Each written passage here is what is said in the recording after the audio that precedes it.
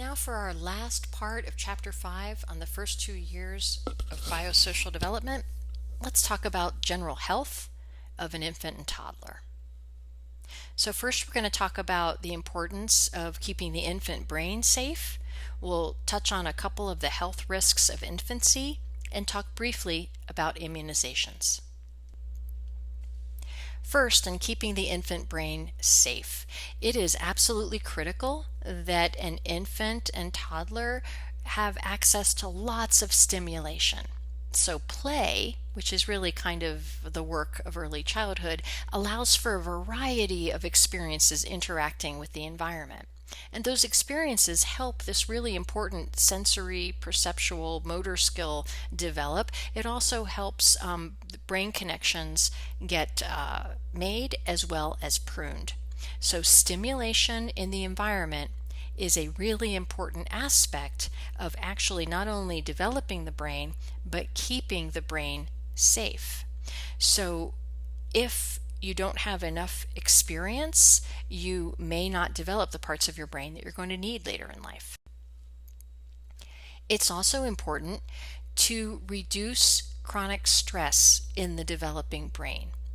If there are too many stress hormones released by the hypothalamus into the brain all the time, the result is that the infant often experiences less good sleep, can impact their ability to metabolize nutrients, and can cause ongoing emotional distress. This in turn can result in actual changes in attention, perception, memory, and learning. So chronic stress, in other words, having it happen all the time in a persistent way, can absolutely negatively impact the infant brain. And one of the ways that we reduce stress is through social interaction, nurturing, and love. So this idea that our social connections with others are one of the best ways of reducing stress is absolutely critical. We know that every human being experiences stress. We are all built to manage a certain amount of stress. But if we can rely on our caregivers to comfort us, to do their best to reduce those stressors, we have a better chance at developing a healthy brain. Finally, it's really important to keep in mind this idea of never shake a baby. One of the saddest and most catastrophic ways that a baby can be harmed is when a frustrated caregiver rapidly shakes a baby. If that happens, the baby's brain literally moves inside his or her cranium in ways that can be severely injured just by that repetitive motion. That may not seem like too much to the person doing it, but shaking like that, absolutely catastrophic for the developing brain. So shaken baby syndrome, while very rare, thank goodness, is a life-threatening injury. It can result in disrupted blood vessels or bruising, and it can break neural connections. Sometimes you can notice right away that the baby has had an incident and take the baby to the hospital. Sometimes we don't pick up on this if we don't know that it happened until later when the baby's sensory and motor functions are not coordinated well.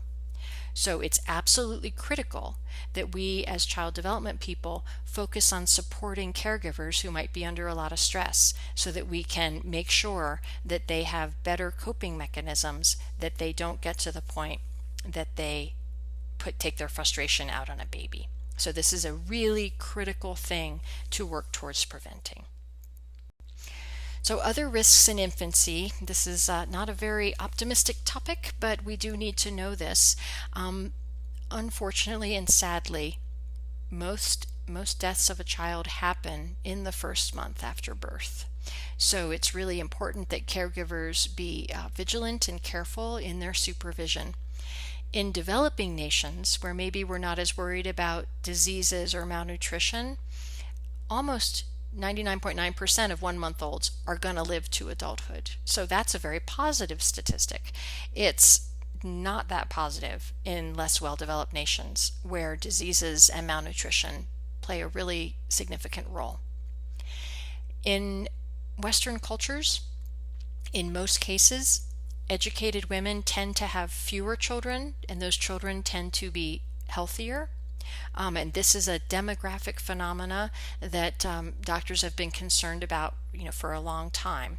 And so there is now in our current culture more of a movement towards encouraging having adequate resources across children, and having fewer children is thought to allow each child to have access to more resources. So too many children can actually compromise the well-being of everybody in the family if there isn't enough nutrition to go around. And having too many children in a family can increase caregiver stress and increase child stress.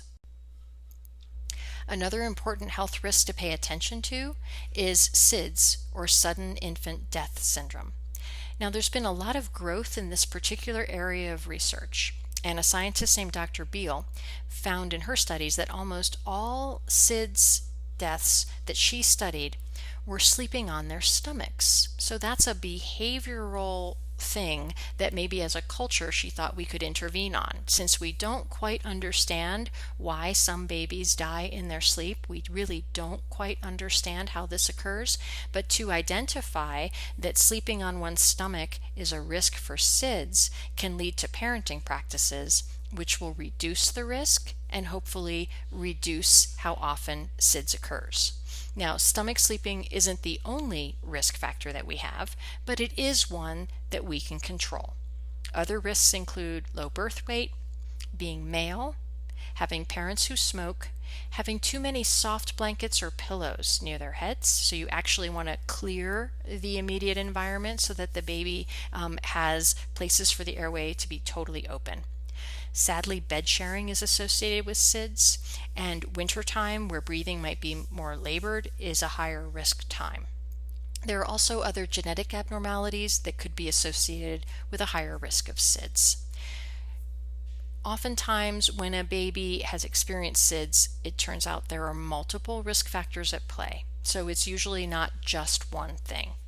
But in Dr. Beal's work, once we recognized in the United States that stomach sleeping was a risk factor, and nurses and doctors began to focus caregivers on sleep position, you can see that the number of SIDS deaths per 100,000 live births decreased remarkably in just a few years, going from approximately 80 per 100,000 down to about 60.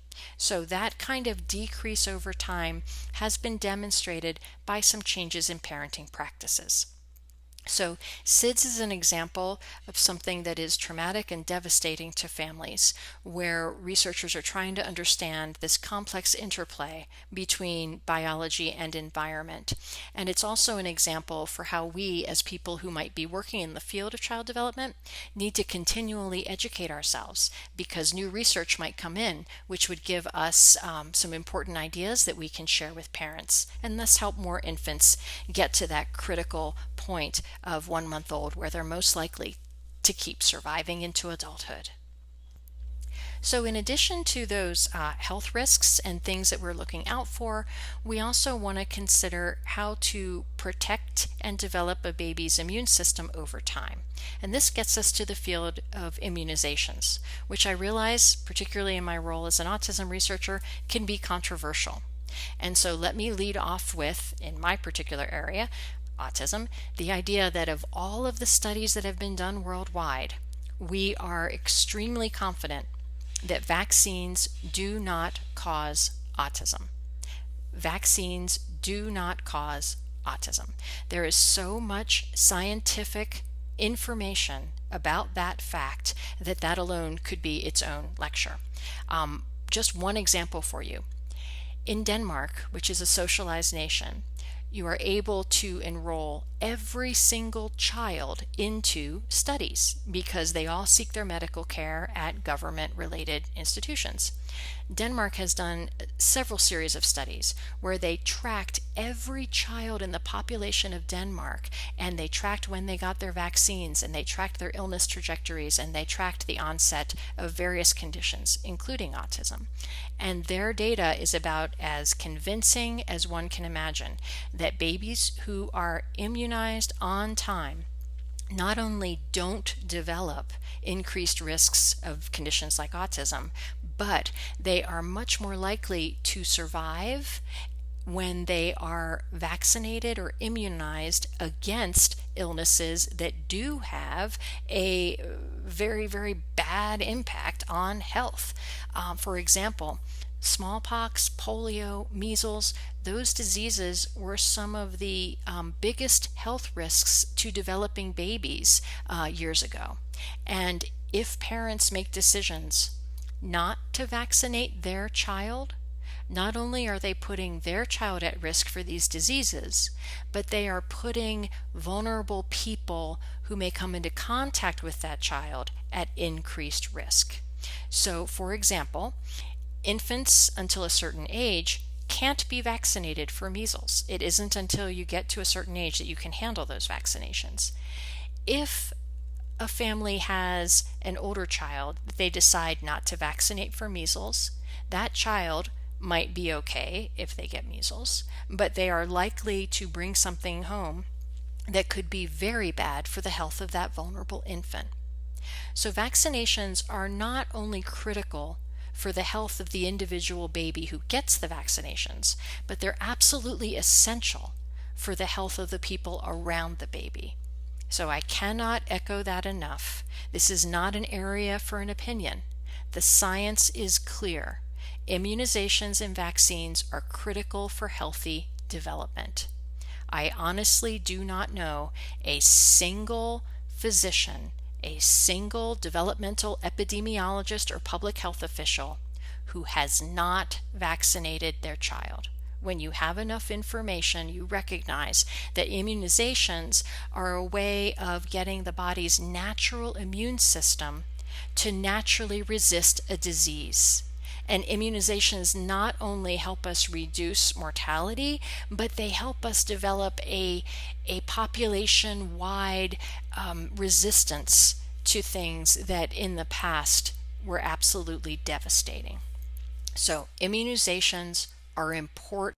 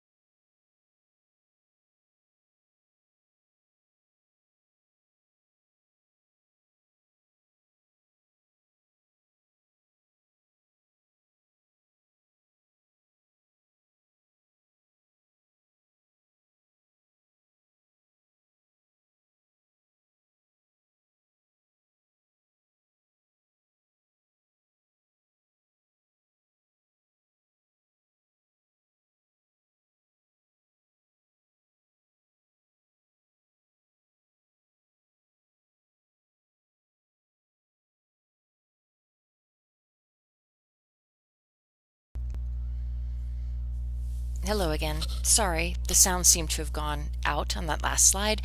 I believe I just finished with the idea that immunizations are important for health.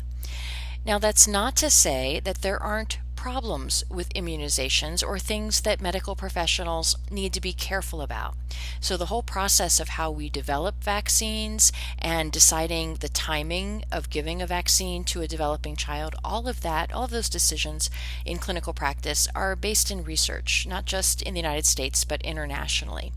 So, research around vaccines is all about making sure that what you're doing is building immunity in healthy ways. We also need to constantly monitor for side effects or be aware of subpopulations that shouldn't receive these immunizations.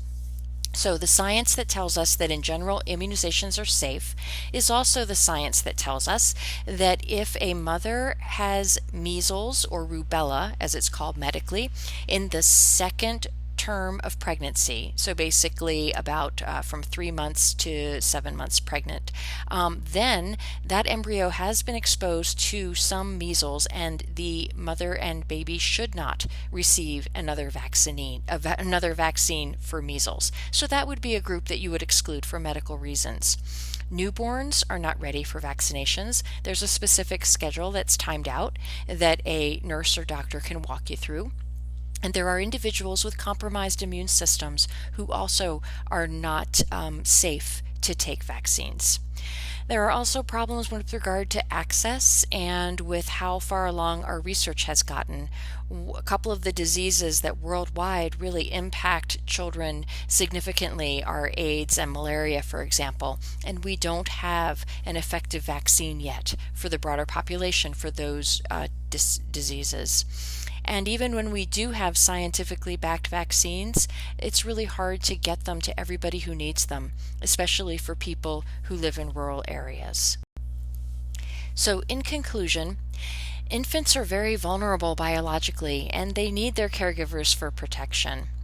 Research and applied development can really help us know how to keep babies healthy, and one of the most important things we can do is encourage new parents to seek out the help of a nurse, a midwife, a physician's assistant, or an active pediatrician. Globally, on a larger scale, as a field, we do need to figure out how to get what we know works for helping infants stay safe to a larger number of infants in the world population. Overall, global health and well-being is an increasingly necessary field.